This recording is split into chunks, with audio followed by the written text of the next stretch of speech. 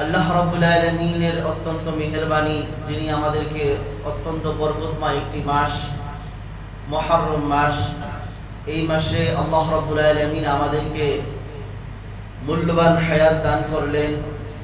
আর এই মূল্যবান হায়াতের মাঝে এমন কিছু কিছু জিনিস আছে যে বিষয়গুলো করা যাবে না, যে বিষয়গুলো যদি আমরা বর্জন করতে পারি, যে বিষয়গুলো থেকে আমাদের বিরত থাকা দরকার, সেগুলো যদি আমরা অবগত হতে পারি এবং সেই বিষয়গুলো যদি আমরা জানতে পারি, তাহলে আমরা হতে পারবো কামিয়াব মুসলমান।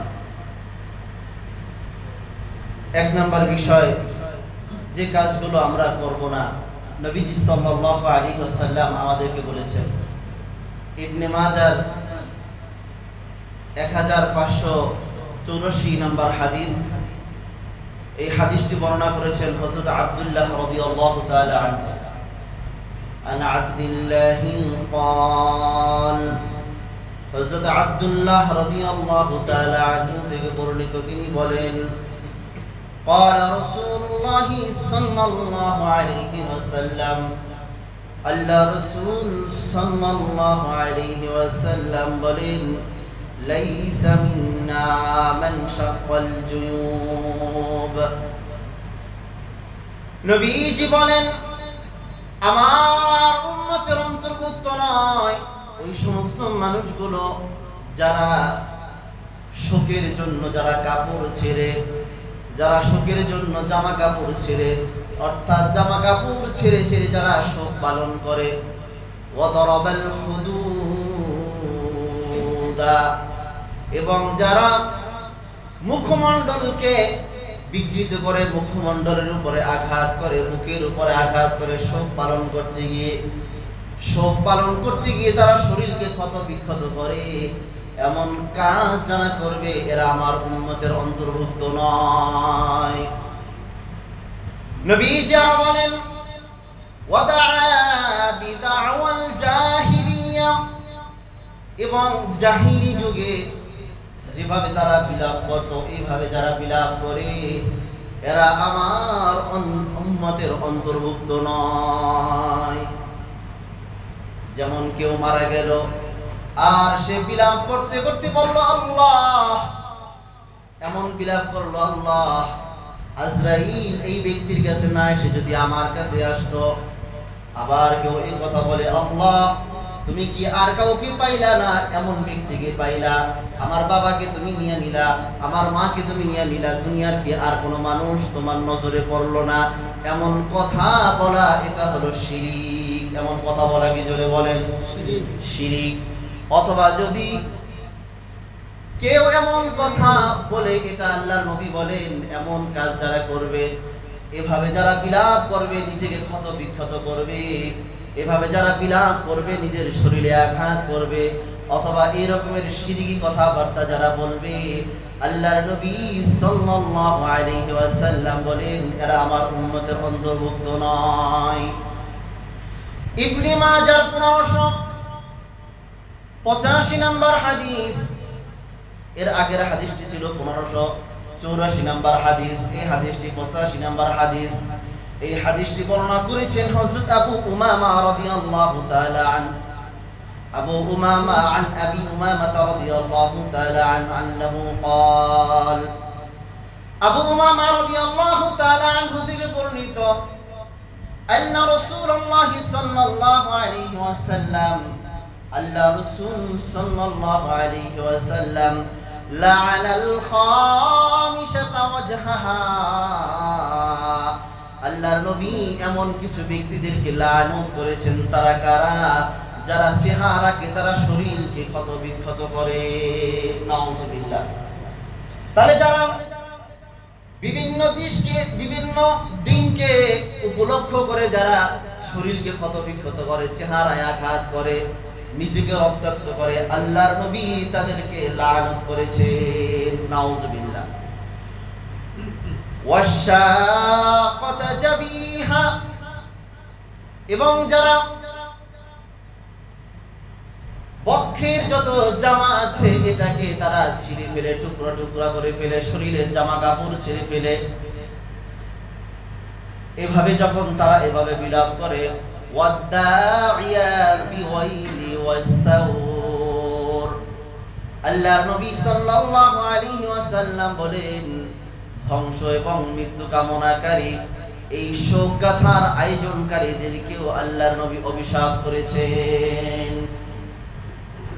আল্লাহর নবী অভিশাপ দিয়েছেন যারা বলে, আল্লাহ এমন দিনে অমুক ব্যক্তির মরণটা না দিয়ে তুমি যদি আমার মরণটা দিতা, অথবা যদি কোনো ব্যক্তি এই কথা বলে, আয় আল্লাহ তুমি আমাকে মরণ দাও, আমি আর বাঁচতে চাই না। আল্লাহ নবী বলেন, মরণ দেওয়া নেওয়া এটা কার হাতে? জোরে বলেন, আল্লাহর হাতে। এটা কোনো মাখলুকের হাতে নয়। কে কখন মৃত্যুবরণ করবে এটা আল্লাহ রাব্বুল আলামিন জানেন। কে কতদিন বেঁচে থাকবে এটা আল্লাহ রাব্বুল আলামিন জানেন। আল্লাহ রাব্বুল আলামিন আপনাকে আমাকে যে দুনিয়াতে পাঠিয়েছেন এটা হলো আল্লাহর পক্ষ থেকে।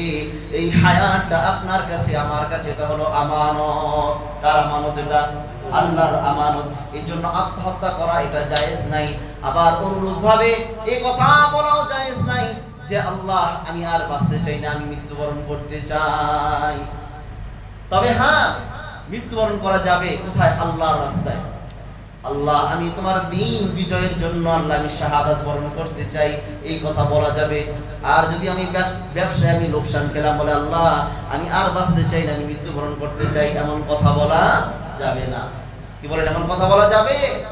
এমন কথা বলা যাবে না। তাহলে যারা আল্লাহর নবী বলেন তাদেরকে লানত করেছেন এবং বলেছেন ধ্বংস ওই সমস্ত ব্যক্তিদের যারা মৃত্যু কামনা করে। আবার কোন ব্যক্তি মৃত্যুবরণ করলে বিভিন্ন কবিতা আকারে বিভিন্ন বাক্য বানিয়ে বানিয়ে এগুলো তারা বলে বলে তারা শোক পালন করে। আল্লাহর নবী বলেন এই সমস্ত কথাগুলো যারা বলে এবং এই সমস্ত কথা বলার আয়োজন যারা করে আমি তাদেরকে লানত করলাম, নাউজুবিল্লাহ। তাহলে যারা বলে আল্লাহ এই মরণটা তুমি আমারে দিতা, যেমন 10ই মুহররম মুসলমানদের জন্য অত্যন্ত বেদনাদায়ক একটি জিনিস, এটা ঘটে গিয়েছে। প্রতিটি 10ই মুহররম এটা আমাদেরকে স্মরণ করিয়ে দেয়, আমাদের প্রত্যেকের মনে এটা কষ্ট জাগে। কারণ হুসাইন রাদিয়াল্লাহু তাআলা আনহু এই দিনে শাহাদাত বরণ করেছেন। এখন কোনো ব্যক্তি যদি এই কথা বলে যে আল্লাহ ওই দিন তুমি হুসাইন রাদিয়াল্লাহু তাআলা আনহু শাহাদাতটা না দিয়ে আল্লাহ যদি তুমি আমাকে যদি ওই দিন মরণটা দিতা, তার মরণটা না দিয়ে, তাহলে এমন কথা যারা বলবে আল্লাহ হাবিব সাল্লাল্লাহু আলাইহি ওয়াসাল্লাম তাদেরকে বলেছেন এরা আমার উম্মতের অন্তর্ভুক্ত নয়, নাউজুবিল্লাহ। তাহলে এমন কথা বলা যাবে না। হুসাইন রাদিয়াল্লাহু তাআলা আনহু তিনি ইসলামের জন্য খেলাফা প্রতিষ্ঠার জন্য তিনি শাহাদাত বরণ করেছেন, তার জন্য আমরা দোয়া করব। কিন্তু তাকে উদ্দেশ্য করে এমন কোন কাজ এটা করব না যেটা শরীয়ত বিরোধী হয়ে যায়।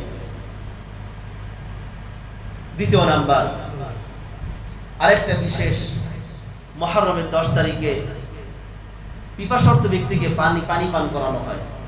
মুহররমের 10 তারিখ আমাদের জন্য করণীয় কি ছিল? জোরে বলেন। গত জুমার আলোচনা যদি আমরা বুঝে থাকি, আমাদের জন্য করণীয় কি ছিল? রোজা রাখা।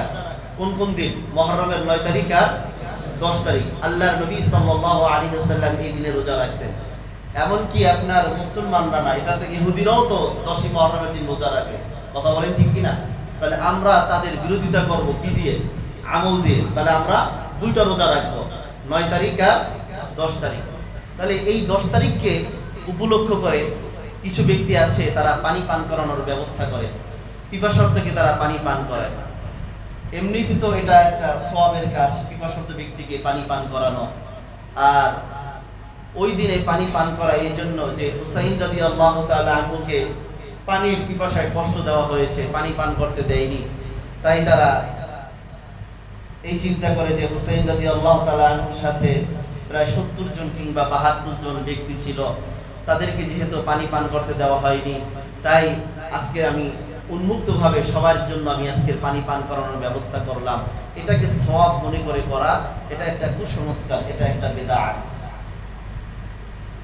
কোন দিনকে নির্দিষ্ট করে নয়, বরং কোন দিনকে নির্দিষ্ট করে কোন ব্যক্তি যদি ইবাদত করে যে এই দিন এই কাজ করাটা এটা ইবাদত, এটা শরীয়তের একটা মূল, এটা ইবাদতের দিন, তাহলে যেটা শরীয়ত যেটাকে ইবাদতের দিন নির্ধারণ করে নেয়, নিজের মন গড়া ওই দিনকে যদি ইবাদতের দিন বানিয়ে নেয় এবং ওই দিনের উদ্দেশ্যে যদি সে ইবাদত করে, ওই দিনের উদ্দেশ্যে যদি পানি পান করায়, এটা ইসলামের জঘন্যতম একটি কাজ, এটি বিদআত। কথা বলেন ঠিক কিনা? তাহলে ওই দিন আমাদের জন্য করণীয় কি ছিল? রোজা রাখা। করণীয় কি, জোরে বলেন?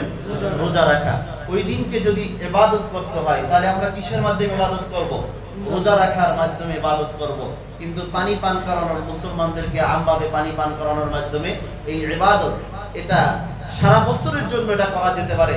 মুসলমানকে পানি পান করানো এটা একটা ইবাদতের কাজ, কিন্তু ওই দিনকে উপলক্ষ করে আপনি মুসলমানদেরকে পানি পান করাবেন হুসাইন রাদিয়াল্লাহু তাআলা আনহু শাহাদাত বর্ষকে উপলক্ষ করে, এটা হবে সম্পূর্ণরূপে একটি বিদআত কাজ। কথা বলেন ঠিক কিনা? তাহলে এই কাজ থেকেও আমাদেরকে বেঁচে থাকতে হবে। যদি আমরা বেঁচে থাকতে পারি, তাহলে আমরা হতে পারবো সফল মুসলমান। 3 নাম্বার, মুহররমের 10 তারিখে বরকত লাভের আশায় সন্তানদেরকে সে বরকতের আশায় খালি পায়ে রাস্তায় ছেড়ে দেয়। এরা ওদিনকের জুতা পরে না। এটা শুধু 10 তারিখে না, বরং মুহররমের 1 তারিখ থেকে নিয়ে 10 তারিখ পর্যন্ত তারা খালি পায়ে হাঁটে। এটা আর এই হাটে এই বরকতের লাভের আশায় যে হুসাইন রাদিয়াল্লাহু তাআলা আনহু এই দিনে এই মুহররম মাসের 10 তারিখে শাহাদাত বরণ করছে, এজন্য আমি জুতা কিভাবে আমি রাখতে পারি না, জুতা আমি কিভাবে রাখতে পারি না। তো এই জন্য এই 10 দিন তারা জমিনে জুতা পায়ে দেয় না, খালি পায়ে হাঁটে। তো এটাও একটা কুসংস্কার।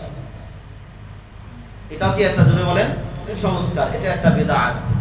তো এটাকে যারা ইবাদত মনে করে করবে, এবং এটাকে যারা করবে, এটা কি আল্লাহর নবী সাল্লাল্লাহু আলাইহি ওয়াসাল্লাম বলেছেন, যারা বিদআত করে আল্লাহর নবী সাল্লাল্লাহু আলাইহি ওয়াসাল্লাম তাদেরকে লানত করেন। এবং যারা বিদআতি কাজকর্ম যারা করে, আল্লাহ রাব্বুল আলামিন স্বয়ং তাদেরকে লানত করেন। নাউযুবিল্লাহ। তাহলে আল্লাহর লানত আর আল্লাহ রাব্বুল আলামিনের লানত নিয়ে কোনোদিনও সফলতার আশা করা যায় না। কি বলেন? কথা বলেন ঠিক কিনা? বিদআত কাকে বলে? যে জিনিসটা শরীয়ত অনুমোদন দেয় না, নিজের মন গড়া চিন্তা, নিজের মন গড়া চেতনা দিয়ে ওই জিনিসটাকে শরীয়তের মৌলিক একটা ইবাদত ভেবে, শরীয়তের ইবাদত ভেবে ওটাকে ইবাদত মনে করে করার নামই হলো এটা বিদআত। যে কাজ আল্লাহ নবী করেন নাই, সাহাবায়ে কেরাম করেন নাই, তাবেঈন করেন নাই, যে কাজের সাথে কোরআন হাদিসের সাথে কোনো সম্পর্ক নেই, ওই কাজ ইবাদত মনে করে করার নামই হলো বিদআত। তাহলে এই কাজগুলো এটা করা যাবে না। খালি পায়ে হাঁটা, এটাকে হুসাইন রাদিয়াল্লাহু তাআলা আনহুর মুহাব্বত এই 10 দিন, হুসাইন রাদিয়াল্লাহু তাআলা আনহুর মুহাব্বত এই 10 দিন কেন হবে? হুসাইন রাদিয়াল্লাহু তাআলা আনহুর মুহাব্বত তো সারা বছর থাকতে হবে। হুসাইন রাদিয়াল্লাহু তাআলা আনহু তিনি একজন আহলে বাইতের অন্তর্ভুক্ত, তাকে তো মুহাব্বত আমরা এই 10 দিন কেন করব? আমরা তো সারা বছর তাকে মুহাব্বত করব। কথা বলেন ঠিক কিনা? সারা জিন্দেগি আমরা তাকে মুহাব্বত করব। হুসাইন রাদিয়াল্লাহু তাআলা আনহু, তার সাথে যে নির্মম ঘটনা ঘটেছে, এটা কেন আমাদেরকে একদিন কেন কষ্ট দিবে? এটা তো সারা বছর আমাদেরকে কষ্ট দিবে।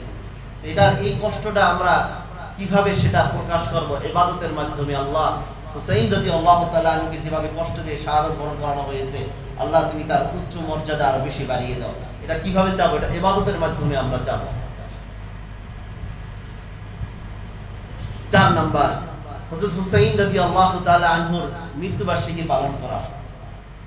অথচ নবীজি সাল্লাল্লাহু আলাইহি ওয়াসাল্লাম বলেন, তিরমিজি শরীফের মধ্যে 2737 নাম্বার হাদিস, এই হাদিসের মধ্যে এসেছে, عن أبي هريرة رضي الله عنه قال, আবু হুরায়রা রাদিয়াল্লাহু তাআলা আনহু থেকে বর্ণিত, তিনি বলেন, قال رسول الله صلى الله عليه وسلم, আল্লাহ রাসূল সাল্লাল্লাহু আলাইহি ওয়াসাল্লাম বলেন, কোন মানুষ যদি মারা যায়, তোমরা ওই মানুষকে তোমরা কিভাবে স্মরণ করবা? নবীজি সাল্লাল্লাহু আলাইহি ওয়াসাল্লাম বলেন, শোনো, একজন মুমিন আরেক মুমিনের উপরে কয়টি হক রয়েছে? লিল মুমিনি আলাল মুমিনি সিদ্দু হিসাল। একজন মুমিন আরেকজন মুমিনের উপরে 6টি হক রয়েছে। কয়টি হক? জোরে বলেন। 6টি হক রয়েছে। 1 নাম্বার, আল্লাহর নবী সাল্লাল্লাহু আলাইহি ওয়াসাল্লাম বলেন, ইয়াউদুহু ইযা মারিদা, যখন কোন মুমিন মুসলমান অসুস্থ হয়, তখন তুমি তার সেবা করো, তখন তুমি তার শুশ্রূষা করো, এটা হলো এক মুসলমান আর এক মুসলমানের হক। সুবহানাল্লাহ।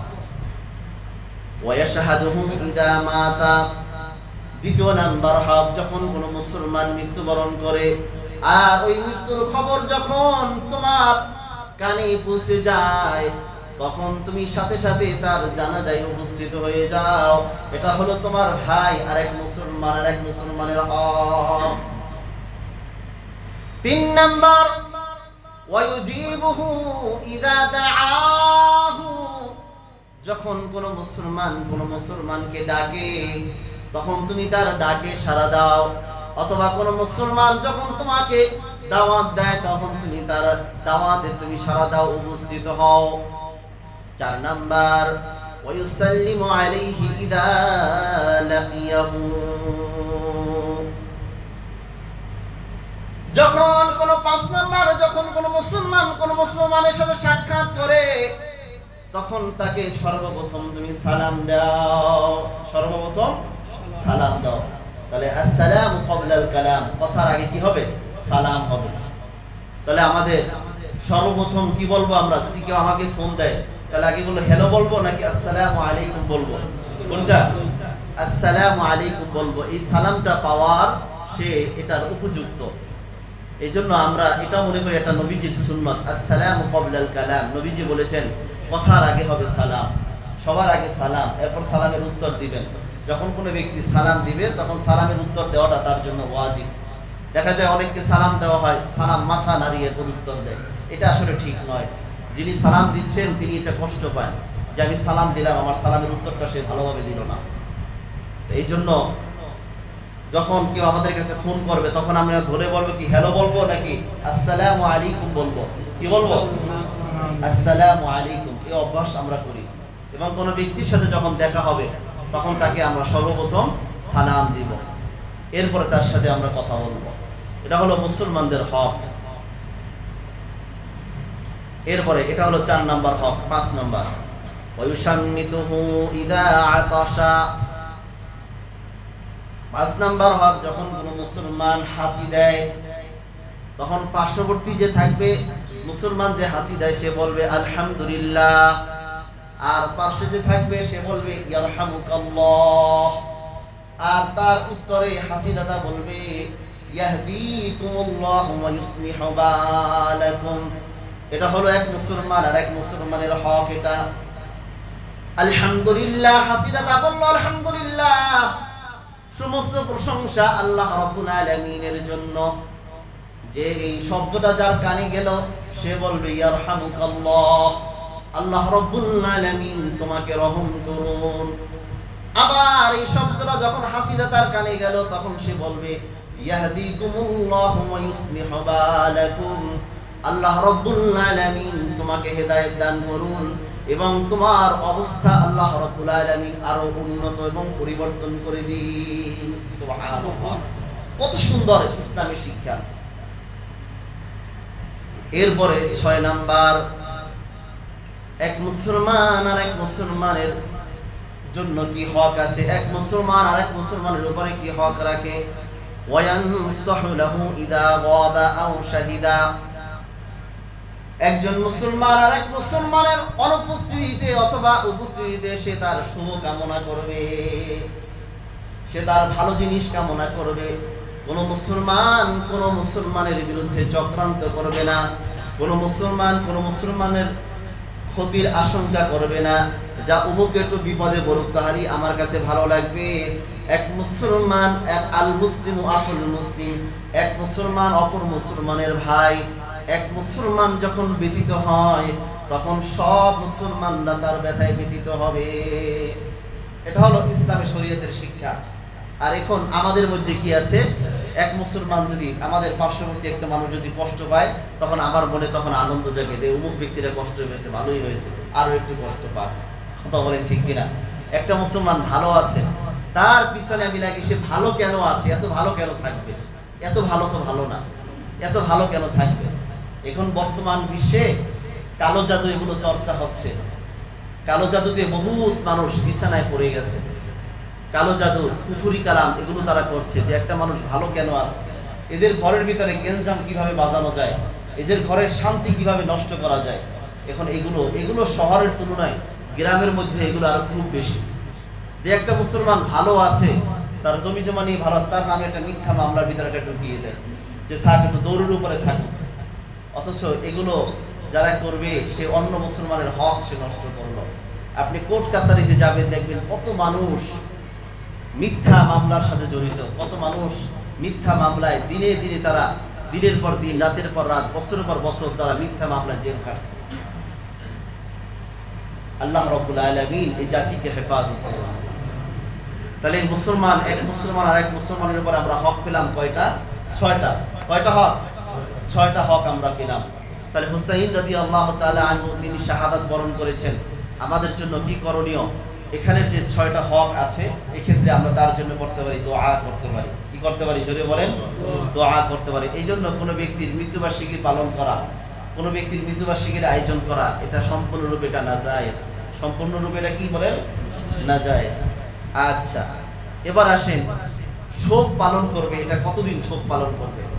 সূরাতুল বাকারার মাঝে এটা উল্লেখ আছে। সূরাতুল বাকারার 234 নম্বর আয়াত। এই আয়াতের মধ্যে আল্লাহ রাব্বুল আলামিন বলেন, ওয়াল্লাযীনা তাওয়াফাউনা মিনকুম ওয়া ইয়াযরুনা আযওয়াজান ইয়াতারাব্বাসনা বিআনফুসিহিন্না আরবা'আতা আশহুরিন ওয়া আশরা।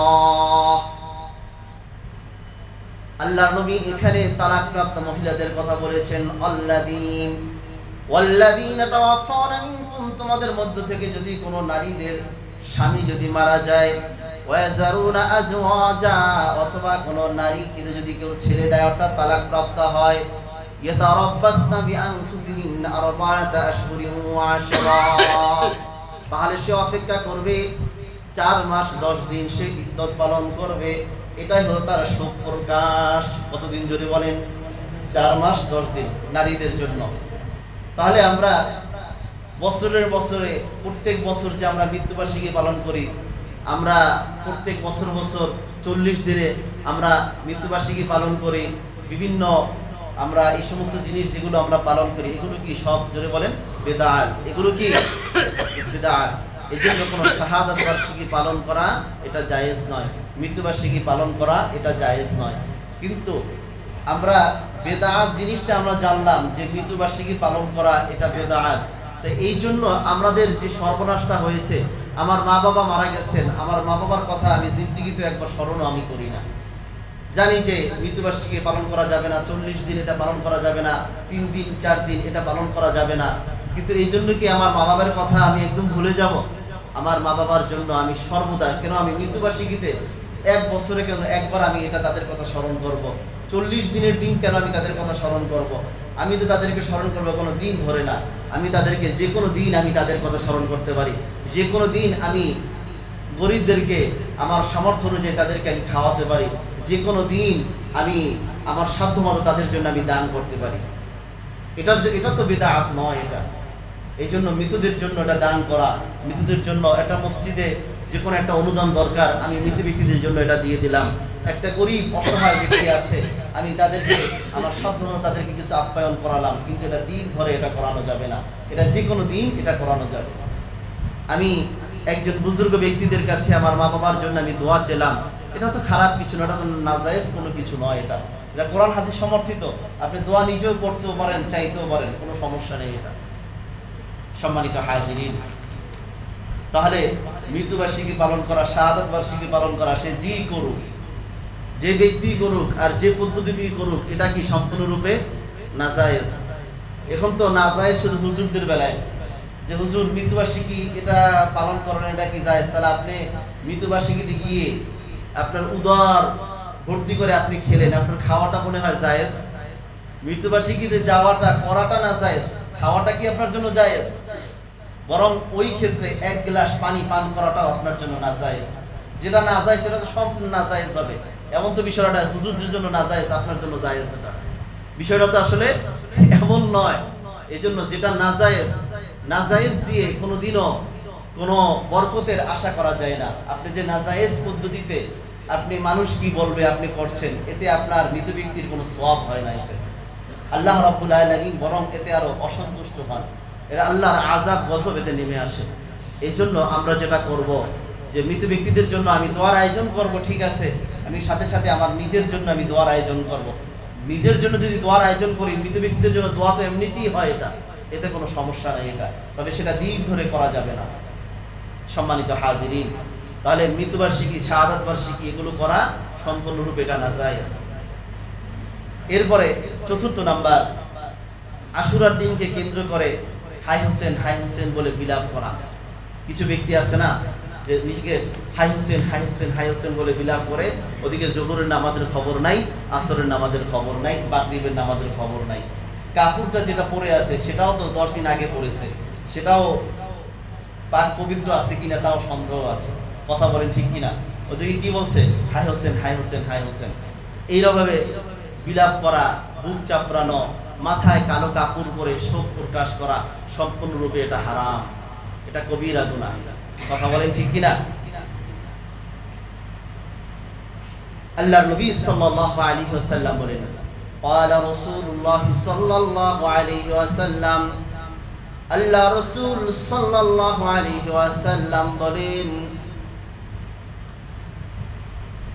আম্মা বারউন মিম্মান হালাকা ওয়াসালা ওয়া খারাকা, আমি তার সাথে সম্পর্কহীন যে মাথার চুল ছেড়ে উচ্চস্বরে বিলাপ করে এবং জামার গলা ছিঁড়ে যারা বিলাপ করে, কাপড় চোপড় ছেড়ে যারা বিলাপ করে, আল্লাহ নবী বলেন আমার সাথে তাদের সাথে কোনো সম্পর্ক নাই। নাউজুবিল্লাহ।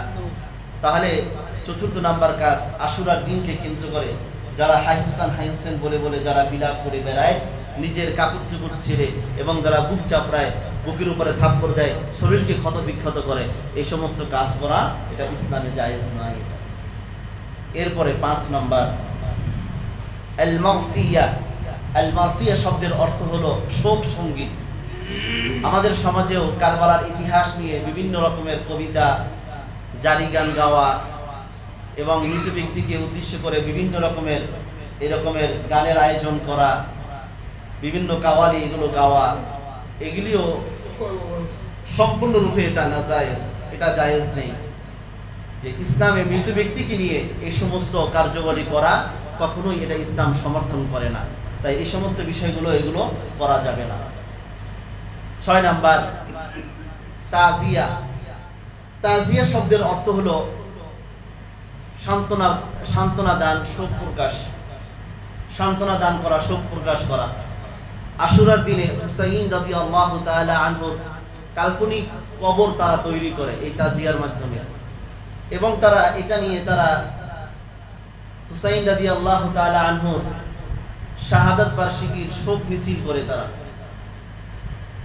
আর শোক মিছিল করে, আর এই যে মিথ্যা কবরকে তারা এটা মনে করে এখানে আত্মা সমূহের অবতরণের স্থান বলে তারা ধারণা করে।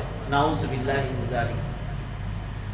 এবং সেখানে হুসাইন রাদিয়াল্লাহু তাআলা আনহুর রূহ নাকি সেখানে হাজির হয় এমন ধারণা তারা পোষণ করে। নাউজুবিল্লাহ।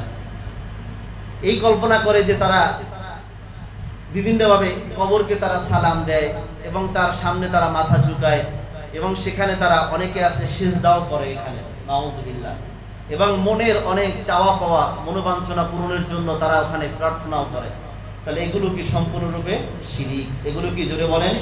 শিরিক। আত্মা হাজির হয়, এই বিষয়টা আমাদের এখন মুসলমানদের মধ্যেও অনেকের এই ধারণা আছে যে মৃত ব্যক্তি যদি মারা যায় তার আত্মা ঘোরাফেরা করে, আত্মা এসে ঘরের ভিতরে উকি দেয়। আর এগুলো আমাদের মধ্যে, আমাদের পার্শ্ববর্তী দেশ ইন্ডিয়া আমাদের মধ্যে আস্তে আস্তে এগুলো ঢুকিয়ে দিয়েছে তাদের বিভিন্ন ফিল্মের মাধ্যমে, বিভিন্ন ছবির মাধ্যমে, বিভিন্ন নাটকের মাধ্যমে, যে মৃত ব্যক্তি চলে গেলে তার আত্মা কিন্তু থেকে যায়, তার আত্মাটা অন্য একটা রূপে ধারণ করে সে আবার দুনিয়াতে অবতরণ করে। এটা হিন্দুদের আকীদা। এটা হিন্দুদের আকীদা হলো যদি আপনি দুনিয়াতে ভালো কাজ করেন তাহলে আপনি আবার পরবর্তীতে দুনিয়াতে আবার আসবেন, ভালো আত্মা রূপে আপনি দুনিয়াতে আসবেন। আর যদি খারাপ কাজ করেন তাহলে খারাপ আত্মা রূপে আপনি দুনিয়াতে আসবেন। এটা হলো একটা হিন্দুদের আকীদা, এটা হিন্দুদের বিশ্বাস এটা। আর এই আকীদাটা আজকের আমাদের মুসলমানদের মধ্যে এগুলো ঢুকে গিয়েছে। আমরা মুসলমানরা অনেকে এই ধারণা করে রাখি, ওই যে তাদের নাটক, তাদের সিনেমা, তাদের এই ফিল্মগুলো দেখে দেখে আমাদের বাচ্চারা এবং আমাদের যুগ উপযোগী যে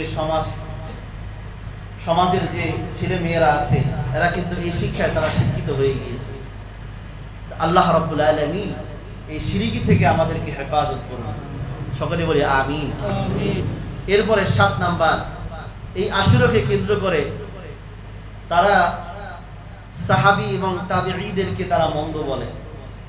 এই দিনে হযরত হুসাইন রাদিয়াল্লাহু তাআলা আনহুর মর্যাদা দিতে গিয়ে অনেক সাহাবীদের উপর তারা মন্দ ধারণা করে এবং কি অনেক সাহাবীদেরকে তারা গালিগালাজ করে থাকে।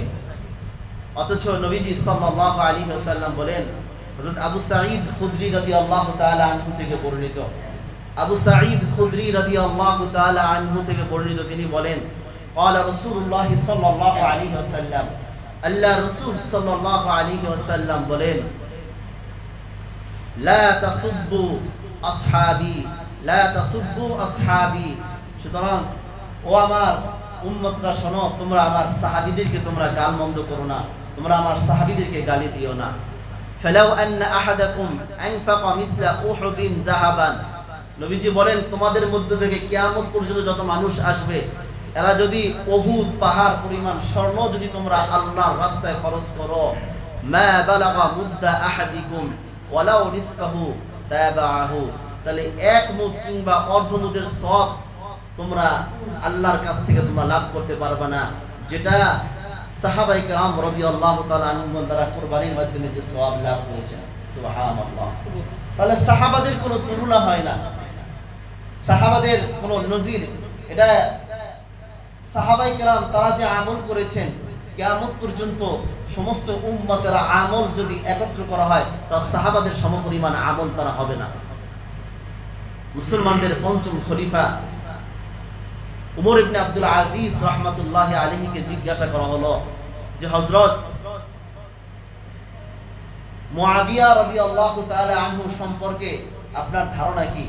তখন উমর ইবনে আব্দুল আজিজ তিনি বলেছেন, হযরত মুআবিয়া রাদিয়াল্লাহু তাআলা আনহু সম্পর্কে আমি অধম কি মন্তব্য করব, তবে মুআবিয়া রাদিয়াল্লাহু তাআলা আনহু তিনি যে ঘোড়ায় চড়তেন ওই ঘোড়ার নাকের ভিতরে যে ধুলাগুলো প্রবেশ করেছে ওই ধুলার যে দাম আমি উমর ইবনে আব্দুল আজিজের ওই দাম নাই। সুবহানাল্লাহ।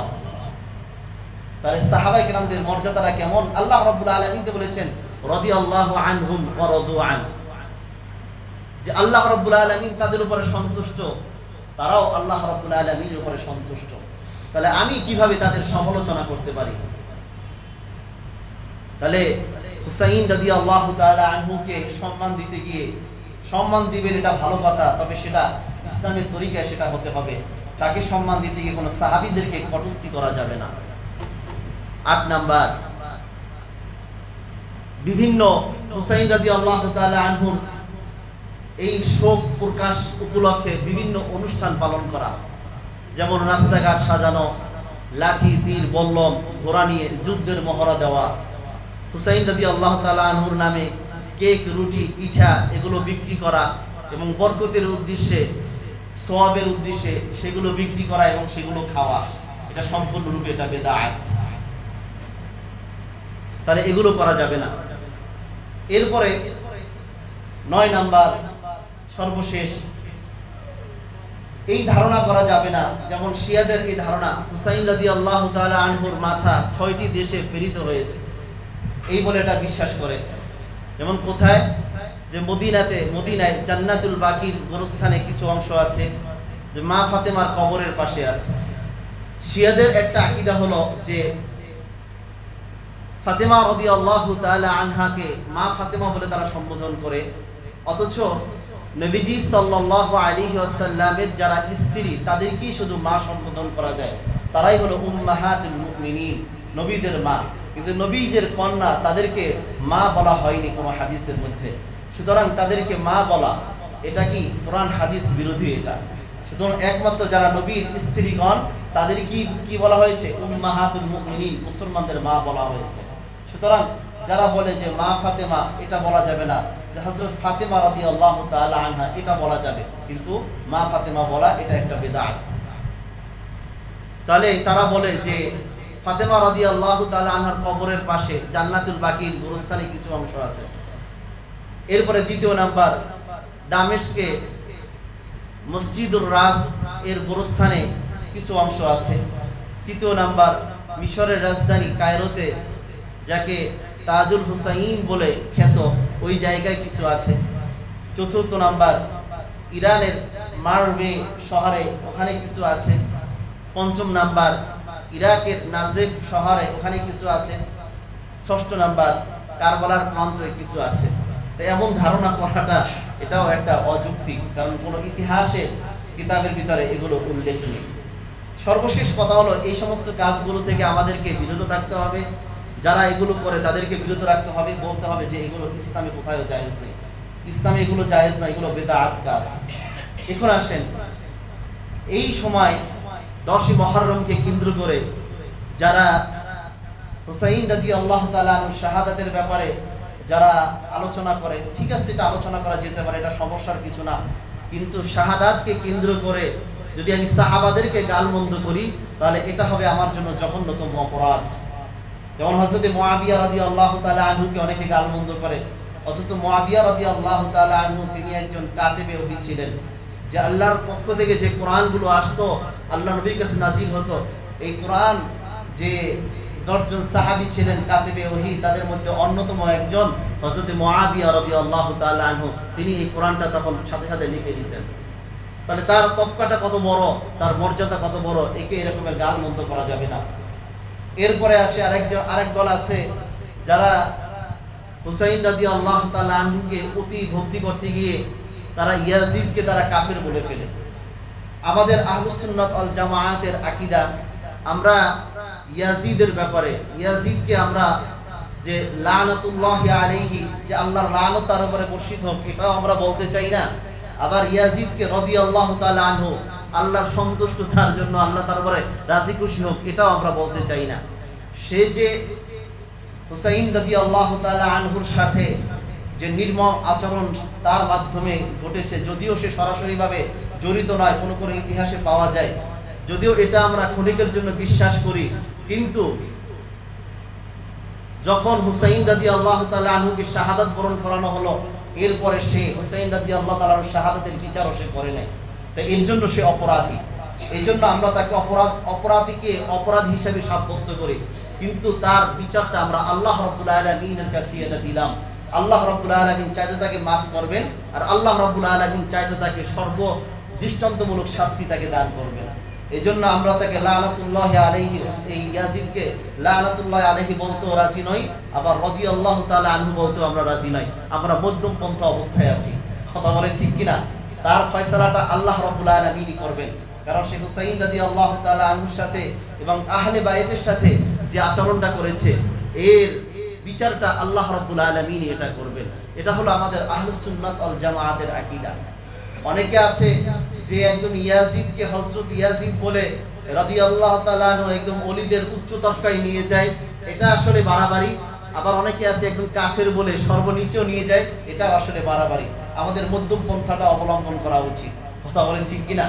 তাহলে আমরা এই আকীদারে আমরা পোষণ করি। হুসাইন রাদিয়াল্লাহু তাআলা আনহুর ব্যাপারে যে আমাদের সবার ধারণা, তার সাথে যে মর্মান্তিক যে ঘটনাটা ঘটেছে, এটার জন্য আমরা সবাই ব্যথিত। আমরা এর মানে এমন নয় যে হুসাইন রাদিয়াল্লাহু তাআলা আনহুর বিরোধী আমরা মানুষ, বরং আমরা হলাম হুসাইন রাদিয়াল্লাহু তাআলা আনহুর পক্ষের মানুষ। আমাদের মধ্যে কেন আহলে বাইতের ভালোবাসা কেন থাকবে না? আর আমরা এটা ভালোবাসাটা আমরা প্রকাশ করব ইবাদতের মাধ্যমে। কিসের মাধ্যমে? জোরে বলেন। ইবাদতের মাধ্যমে, কোনো বিদআতের মাধ্যমে এই ভালোবাসা আমরা প্রকাশ করব না। এই জন্য যারা শত্রুতা করেছে যে, এবং এই সাথে যারা জড়িত আছে পরোক্ষভাবে সরাসরি, যে যেভাবে জড়িত আছে, আল্লাহ রাব্বুল আলামিনের কাছে আমরা এটা ন্যস্ত করলাম। আল্লাহ রাব্বুল আলামিন এটা উত্তম ফয়সালা করবেন। তাই আমরা এই সমস্ত এই 10ই মুহররমকে কেন্দ্র করে যে সমস্ত অপসংস্কৃতি যেগুলো আছে, 10ই মুহররমকে কেন্দ্র করে যে সমস্ত বিদআতগুলো চালু আছে, আল্লাহ রাব্বুল আলামিন যেন আমাদের সবাইকে এই সমস্ত অপসংস্কৃতি থেকে, এই সমস্ত বিদআত থেকে যেন হেফাজত করেন।